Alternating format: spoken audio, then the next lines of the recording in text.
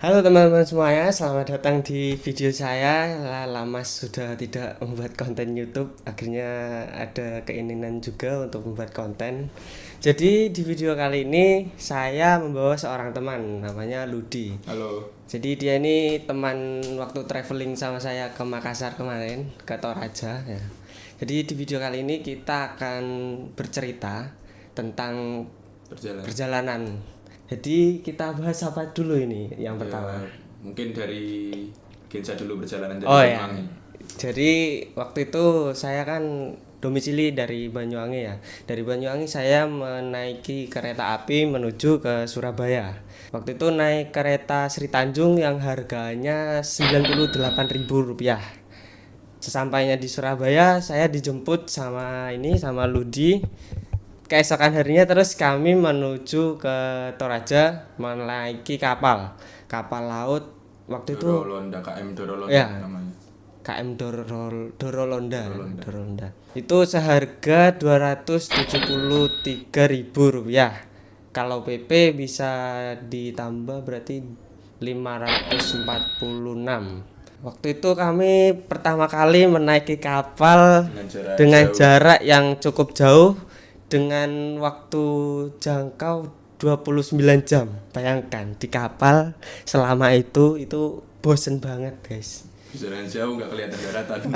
Gila sumpah. Jadi waktu itu pertama kali aku menaiki kapal dengan jarak jauh dan cukup melakukan sedikit kesalahannya itu kami tidak membawa makanan di kapal. Jadi kalau perjalanan jauh itu disarankan untuk membawa makanan, guys. Makanan jajan ya, snack gitulah. Karena di dalam kapal itu harganya mahal. Sumpah, jadi kayak menyesal gitu gak bawa jajan. Di sana misalnya bawa pop mie atau yang instan di sana disediain air panas kok. Jadi mau nyeduh itu enak, mau bawa kopi atau apa kalian bisa bawa, dan nyeduhnya udah ada air panas disediakan dari sana. Dan juga ada jatah makannya juga sih di kapal itu, kayak sehari 3 kali gitu, tapi kami cuma ngambil jatah 1 atau 2 kali gitu karena malas antrinya panjang banget berkilo-kilo. Jadi satu kapal tuh ngambilnya di satu tempat di deck 2 atau deck 3 itu kalau nggak salah, dan di situ semua decknya ada 5 deck. Jadi 5 deck itu semua penumpang terkumpul ke satu tempat itu. Jadi bayangin panjangnya segimana. Jadi kita akhirnya malas aja kalau mau ngambil, harus hanya mengantri panjang hanya untuk makan, dan makanannya ya gitu biasa aja sih, ikan laut, nasi sama sayur kacang gitu. Kalau mau beli nasi sendiri sih ada orang jualan kayak nasi geprek, ayam tepung gitu, tapi harganya 30.000. Beli nasinya aja nggak boleh, harus satu paket. Aduh. Terus kalau bosan jalan-jalan keluar, lihat-lihat laut, gak ada apa-apa, udah lihat laut. Terus sempet juga lihat lumba-lumba. Wah, waktu itu waktu udah hampir sampai hampir sampai Makassar sempet lihat lumba-lumba. Bagus, pemandangan menyenangkan. Itu mungkin kalau udah hampir deket-deket darat mungkin lumba-lumbanya muncul. Di tengah-tengah laut udah membosankan, gak ada apa-apa. Terus waktu itu kami sampai di Makassar. Berangkat pukul 1 siang dari Surabaya. Sampai di Makassar itu tanggal 26. 25 ya? 25 ya, tanggal 25 Desember. Berangkatnya tanggal 24 Desember siang, sampai Makassarnya tanggal 25 sore jam setengah 4 ya. Sampai sampai Makassar kami langsung dijemput sama Mas Rifki, temanku waktu di HMPI dulu. Alhamdulillah ada teman di sana, jadi enak gitu. Kemana-mana itu kalau ada teman pasti enak, mobilitasnya yang dijemput lah, yang menginap gratis lah, makan di traktir gitu ya kan. Jadi enak gitu. Terus selama sampai di Makassar itu kami menginap di rumahnya Mas Rifki itu selama 1 malam ya. Di Mas Rifki datang malam besok. Iya, satu Satu malam. malam. Menginap satu malam, terus besoknya langsung ke Toraja. Tapi sebelum berangkat ke Toraja kita juga explore dulu di Makassar kayak Pantai Losari, kayak kulineran. Wah, pisang epe. Mititi. Yang paling mengena itu Contoh. coto Makassar. Waduh, rasanya itu terngiang-ngiang sama Gagak, sekali. contoh Makassar gagak, jalan gagak ada ya belinya. Enak banget sumpah, guys. Mungkin kalau kesana harus nyoba yang Kalau di ke situ. sana mungkin harus nyoba yang di situ. Katanya sih itu warung yang paling enak, tapi aku lupa namanya apa. Iya, Warung apa. jalan gagak kalau nggak Jalan salah. Gagak, Kalau ya. Kita berangkat ke Toraja itu malam tanggal 27. 27 malam kita berangkat naik bis Berlindo namanya. Itu harganya per orang 200.000. Tapi fasilitasnya nyaman banget, kayak bisa tiduran gitu. Emang kursinya itu bisa jadi kayak emang kasur aja, kaki bisa selonjor kayak bisa gitu. selonjor enak. Sumpah itu kayak apa ya? Sumpah jarang banget di Jawa ketemu bis-bis kayak gitu. Nggak ada men, malah Nggak tahu. jarang. Nggak tahu, pokoknya nggak pernah lihat lah. Nggak kalau pernah di Jawa. lihat. Jadi ada dia 2 dek, di bawahnya itu, di bawah itu kayak bener-bener kasur. Jadi kalian kayak apa ya? Bisa bilang kasur kecil gitu buat perorangan. Udah bisa selonjoran nggak jelas gitu. Kalau Dan di atas baru cuman senden aja. Ya. Dan kita posisinya dapat yang di depan, jadi kita bisa lihat ya lalu lintas perkotaan malam di sana. Itu durasi waktu perjalanan naik bis 5 jam, mulai jam berapa? Jam 10. Jam 11-an lah. 11 ya. Jam 11 nyampe kota Belopa itu jam 4 subuh. Nyampe azan subuh, pas sampai subuh itu. sana. Kita berhenti sejenak di sana, mampir di rumah saudaranya Mas Rifki namanya Ihram. Itu di sana kita istirahat sambil mengecek kendaraan, karena kita kan ke Torajanya rencananya itu naik motor dari kota Belopa itu. Kalau dari kota Belopa itu naik motor sekitar 3 jam. Menuju ke Toraja itu 3 jam. Terus jam 1 siang kita langsung meluncur ke Toraja naik motor. Palopo dulu kan. Ya, ke Palopo dulu di Belopa. mampir ke Palopo, kota Palopo. Nyusul teman, jemput teman lah. Jadi rutenya itu Makassar, Belopa, Palopo, Toraja. Toraya. Jadi kita itu kayak lewat jalur belakangnya gitu loh, jadi Toraja itu ada 2 jalur. Yang jalur lewat Enrekang sama jalur lewat Palopo itu. Soalnya kalau lewat Enrekang itu kita harus muter gitu. Sedangkan kalau lewat Palopo kita itu searah sama rumah saudaranya Mas Rifki itu tadi. Jadi Karena mampir Belopa dulu, jadi kita milih jalur yang satunya.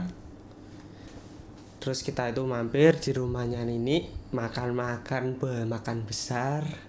Bener-bener besar itu. Ya terima kasih buat Nini, barangkali nanti nonton. Terima kasih. Itu sama makan makanan khas juga di sana itu namanya kapurung. Itu kayak sagu, nggak bisa dimakan sih sebenarnya, harus ditelan, diseduh, ditelan, langsung ditelan. Terus setelah kenyang langsung berangkat itu menuju ke Toraja. Itu posisi sudah sore, jadi di perjalanan jam 3 setengah 4. Jadi sampai Toraja itu agak malam, jam berapa? Jam 7 jam 8 lah. Di perjalanan ke Toraja itu waktu berhenti di kan agak kayak gunung gitu kan jalannya. Jadi kita berhenti sebentar, menepi. Nah ternyata tasku ketinggalan. Ketinggalan? Iya kan, tas ketinggalan kan, udah berhenti kan di atas itu, apa lupa namanya daerahnya. Terus udah perjalanan, akhirnya kok tas kan biasanya taruh di depan, ini kan pakai sepeda matic, ditaruh di depannya itu kan ada tempatnya. Nah itu jatuh kan, waktu berhenti kan aku turun, jadi nggak tahu ternyata ketinggalan. Oh iya. Kan aku balik sama kembar itu. Di kamar mandi Bukan kamar mandi, yang tempat apa sih yang udah di atas berhenti di pinggirnya tuh loh. Jadi tempatnya itu ada tempat halaman gitu, jadi sempat berhenti nungguin anak-anak kan di belakang itu agak jauh. Nah ternyata udah jalan, kok tasku nggak ada, aku bingung. Gonceng Iram, sampai Iram. Enggak, Iram bawa sepeda cross. Oh iya. Sama siapa ya? Gonceng Mas Cuplek kayak. Sama siapa? Iya, Mas Lupa, Cuplek. pokoknya ada yang digonceng aku ingetin. Tasku dipegang. Lah, dia nyadar, enggak. Enggak ada loh. Enggak ada, terus berhenti lagi itu. Jadi sama si Iram itu yang anak Belopa. Akhirnya balik ke tempat awal tadi, ternyata ada di sana, ternyata jatuh. Jadi aku nggak sadar dari sepeda motor itu jatuh gitu. Karena aku sempat turun dari sepeda motor, jadi nggak ngecek. Ya udah, akhirnya balik lagi kemakan waktu di situ. Nah, terus nyampe di Toraja itu malam pokoknya. Langsung kita disuguhin kopi Toraja asli wah, enak gitu. Terus sampai di Toraja ini yang bikin excited itu nginep di rumah tongkonannya itu.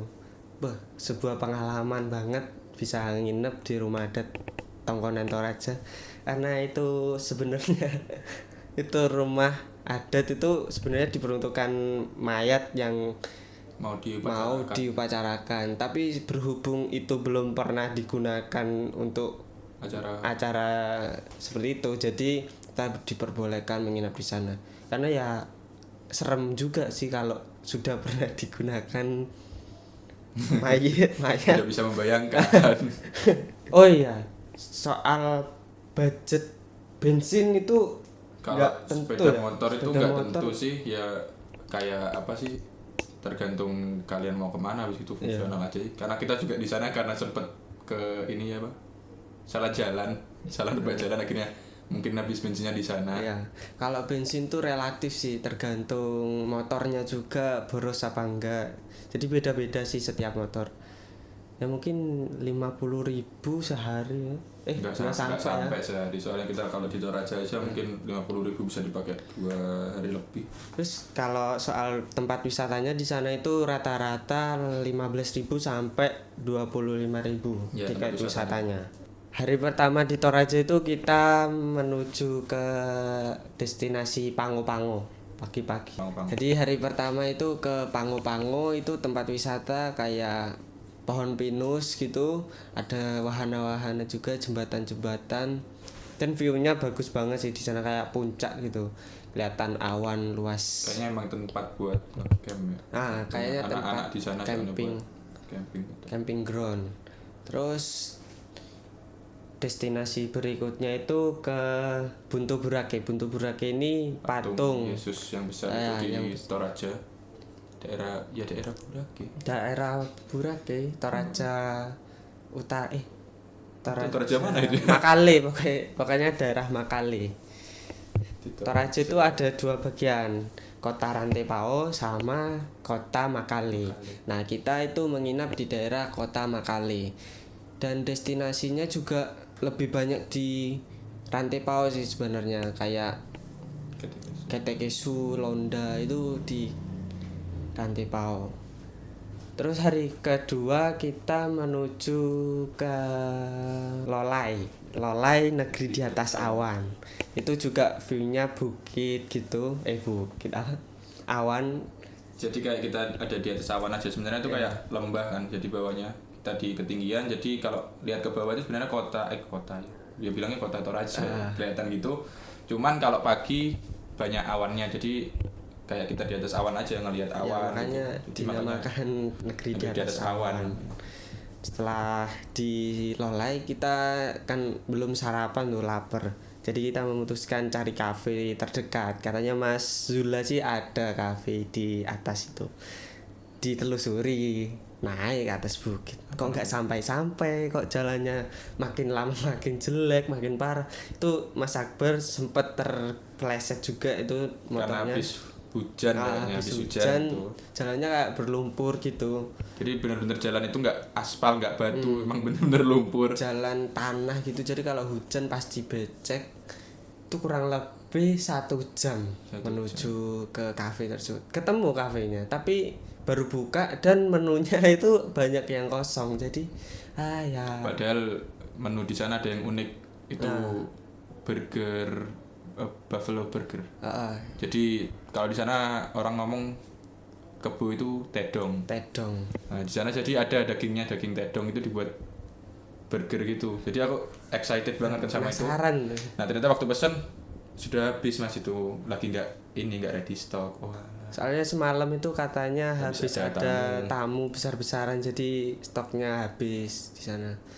Bayangin aja makan daging tedong yang super Mahal. itu satu tedong bisa berapa ya satu ya? Kalau yang biasa 60-70 juta. Kalau yang albino segitu. bisa sampai miliaran ya, sampai kayak mobil ya. Itu emang sumpah deh, itu emang bener-bener mahal. Jadi untuk kalian yang mungkin punya tedong di rumah bisa diternak. Dikirim ke Toraja. Ya, lumayan bisnis ini. Ya, terus habis makan di kafe itu kita langsung kembali kan, pengen kembali ke kota Rantepao. Ternyata di perjalanan kita malah nyasar di pedesaan yang hampir dekat sama kota Palopo. Bayangin, kayak hampir Bisa tembus ke sana. bisa tembus ke Palopo, kayak hampir pulang ke Palopo lagi gitu. Jalannya emang pedesaan dan bagus sih, pemandangannya bagus di sana. Bener-bener bagus itu. Kayak alam banget lah. Desa banget, Desa sawah, bukit-bukit. Rumah-rumahnya juga rumah tongkonan gitu. Terus akhirnya dikasih tahu orang pedesaan situ kan kalau ini arah tujuan ke Palopo. Akhirnya ditunjukin arah jalan balik, dipandu sama orang itu. Terus Nah, akhirnya tapi ada tragedi sebelum kita kan udah pertama ke ini kan kesasar terus balik itu diberitahu itu ada tragedi di tanjakan. Itu teman kita Mas Tivi jadi naik motor itu jatuh nggak tahu kenapa ya kok bisa jatuh ya, tapi tanjakannya emang gini banget. itu sumpah tanjakannya anti mainstream.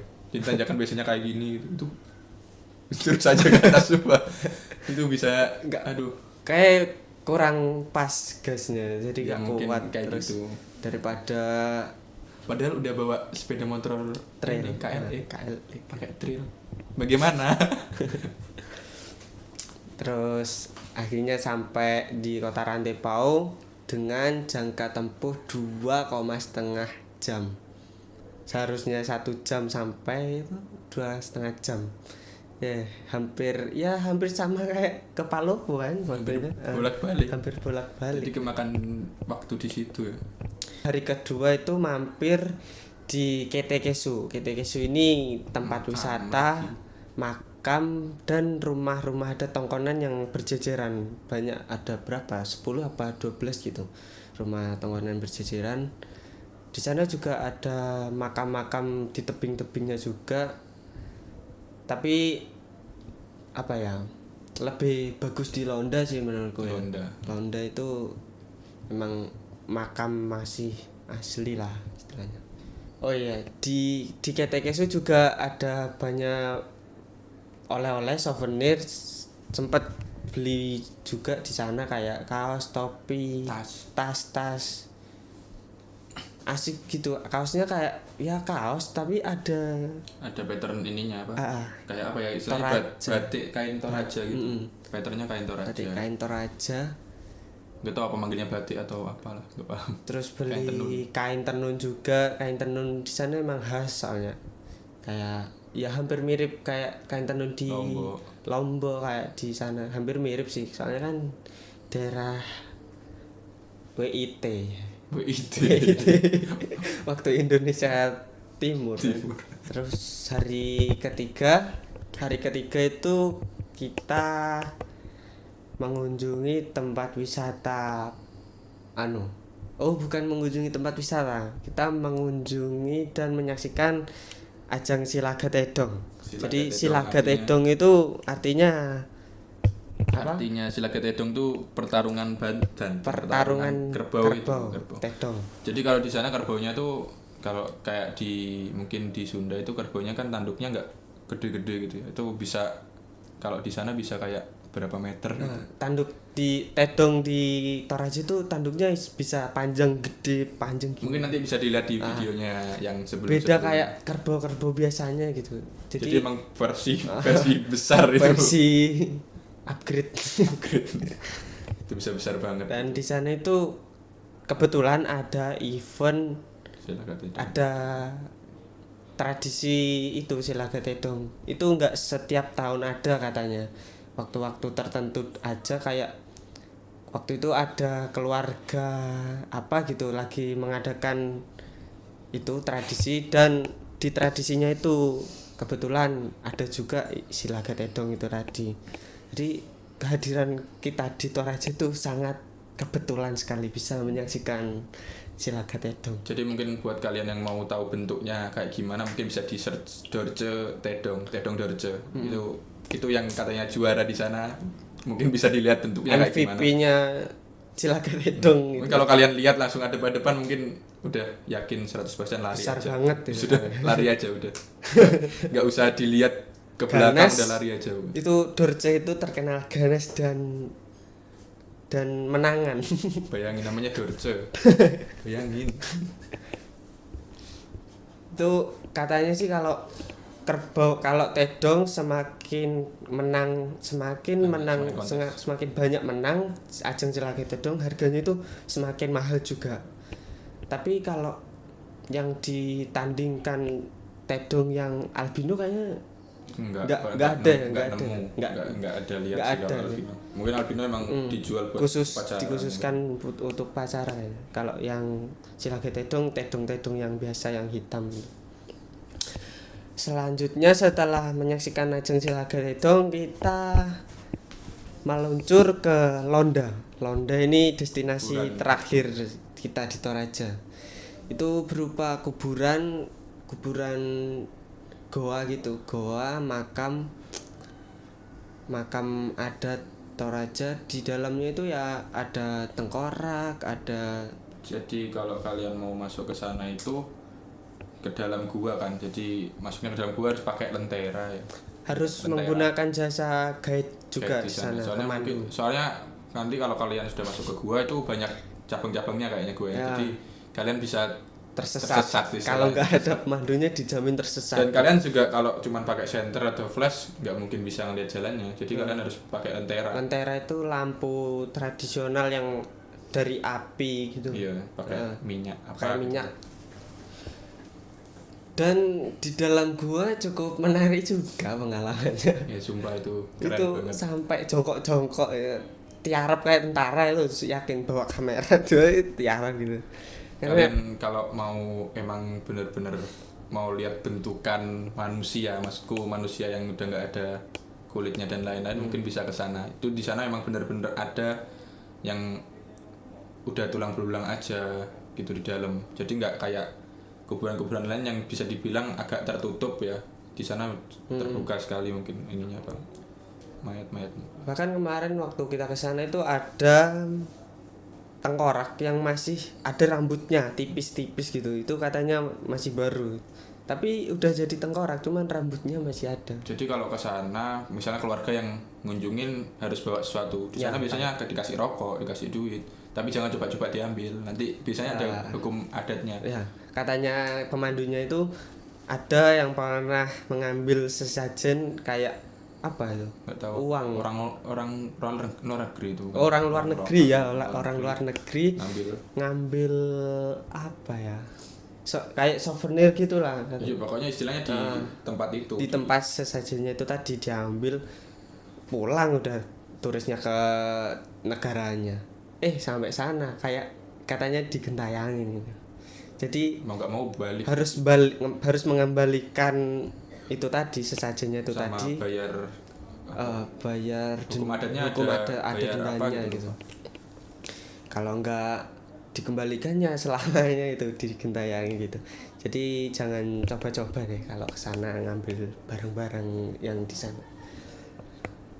Terus setelah dari Londa itu kita kembali ke tempat menginap kita di rumahnya Kak Cindy ya, di rumah tongkonan itu posisi tanggal 31 ya. 31. Tanggal 31 Desember. Jadi ada perayaan itu tahun baruan di sana kita. Malam terakhir itu ya tahun baru itu sih di sana. tapi kebanyakan tidur semua karena kecapean sih di perjalanan ya, capek, bener-bener capek. Jadi kita di Toraja itu mulai tanggal 28, 29, 30, 31. Tanggal 1 kita pulang 1 pagi tepatnya, pulang ke Palopo, terus ke Belopa, dan terus akhirnya naik mobil ke Makassar. Jadi sampai Makassar itu kita sampai tanggal 2 subuh. Tanggal 2 subuh. Jam subuh lah, jam berapa itu? Subuh. Waktu itu kita naik mobil kakaknya Mas Akbar. Itu nyewa seharga 800.000 sama supirnya juga. Karena kita kehabisan tiket bis buat balik ke Makassar, jadi kita nyarter mobil lah. Itu dimuat 5 orang. Jadi iuran 5 orang itu iuran 800.000. Kurang lebih 5 jam perjalanan sampai di Makassar tanggal 2 dini hari jam 4. Gak dini sih, subuh jam 4. Terus kita istirahat di rumahnya Mas Rifki. Pagi harinya kita pamit ke orang tuanya, sekalian kita meluncur ke Ramang-Ramang karena sebelum pulang karena kita itu malamnya pulang, harus jam 7 malam. Jam 7 malam itu pulang. Jadi perjalanan terakhir kita mampir ke Ramang-Ramang dulu di Makassar. Di Maros, di daerah Maros. Nah, di sana kita terjebak hujan. Jadi kita berjalan di sana, kita kan ada warung, jadi kita nunggu dulu, kita makan segala macam. Hujan reda sekitar 2 jaman. Kita udah kayak hampir menyerah gitu. Balik aja udah daripada ini. Kayak takut ketinggalan kapal gitu. Karena keadaan di sana kita udah sore banget. Dan hujannya nggak berhenti. Mau nyebrang juga takut malah tambah deras ya. Tapi ujung-ujungnya aku nekat. Pelopor nekat. Terus akhirnya akhirnya berangkat juga, sempat terbangin drone juga dengan kondisi gerimis. Alhamdulillah dapat videonya bagus. Nah, terus sempat juga terang nih, sampai di Ramang-Ramangnya terang. Foto-fotoan ada di sana dengan background bukit-bukit ya. Jadi Ramang-Ramang itu dikelilingin bukit gitu. Ya, dikelilingin bukit, dan sekalian di tengah-tengah itu udah kanan kiri, depan belakang udah bukit. Dan di sekitar itu kayak ada rawa-rawanya, tambak atau apa gitu. Coba aja waktu itu cerah, pasti dapat sunset. Karena di sana ada sunset kayaknya. Spot sunset bagus di sana. Nah, tidak lama kemudian setelah foto-foto datang lagi hujannya lebih deras dari yang pertama tadi. Dan sangat membuat kita frustasi, takut tidak bisa pulang dan terjebak di sana. Karena kan itu posisinya di Ramang-Ramang kan harus naik kapal, harus naik kapal dulu kan kembali ke tempat parkirnya tadi. Tuh akhirnya sempat reda dan cepat balik gitu. Di perjalanan juga gerimis tapi nggak apa, yang penting bisa sampai di tempat parkir dan langsung meluncur. Waktu itu kita sempat mampir di pusat oleh-oleh rekomendasinya Mas Rifki, itu murah banget di daerah dekat pelabuhan pokoknya. Murah banget, nggak nyangka sih itu. Waktu itu sudah di packing sekardus, tiba-tiba harganya 100.000-an, 150 lah. Udah padahal ekspektasi 300.000 lah mungkin satu dus. Banyak itu yang dibeli, kayak makan ya, souvenir gantungan kunci pasti. Terus setelah di oleh-oleh, kita kunjungan terakhir itu makan coto Makassar lagi. Perpisahan karena cuman coto Makassar ini yang di dekat pelabuhan sih, cuman depannya pelabuhan. Yang pertama kali kita datang di coto Makassar yang gagak itu enak, cuman nggak seenak yang pertama enak, tapi nggak seenak yang pertama. rasanya kayak ada yang beda gitu. Terus akhirnya kita masuk ke kapal dengan tepat waktu, hampir berangkat itu udah hampir berangkat kapalnya itu. Injury time. Injury time. Jadi seperti itu cerita perjalanan trip selama ke Makassar dan Toraja. Untuk budgetingnya kira-kira aku pribadi habis sekitar 1.200.000 untuk kayak akomodasi, transportasi, makan gitu. Kalau untuk oleh-oleh beda sendiri, mungkin bisa apa? Kondisional menurut teman-teman sendiri ya kayaknya. Kalau aku waktu itu sih cuma habis 500.000 beli kopi, beli kain, beli tas, topi, baju kayak gitu. Nah, jadi seperti itulah cerita perjalanan kami selama di Toraja. Perjalanan singkat selama 6 hari. Di Makassar 2 hari, di Toraja 4 hari. Oke, terima kasih buat kalian yang sudah menyempatkan waktunya untuk menyaksikan video yang sebenarnya tidak terlalu penting, tapi juga penting bagi kalian yang ingin melakukan perjalanan ke Toraja. Sekian dari saya, terima kasih. Jangan lupa subscribe, like, dan komen. Oke. See you.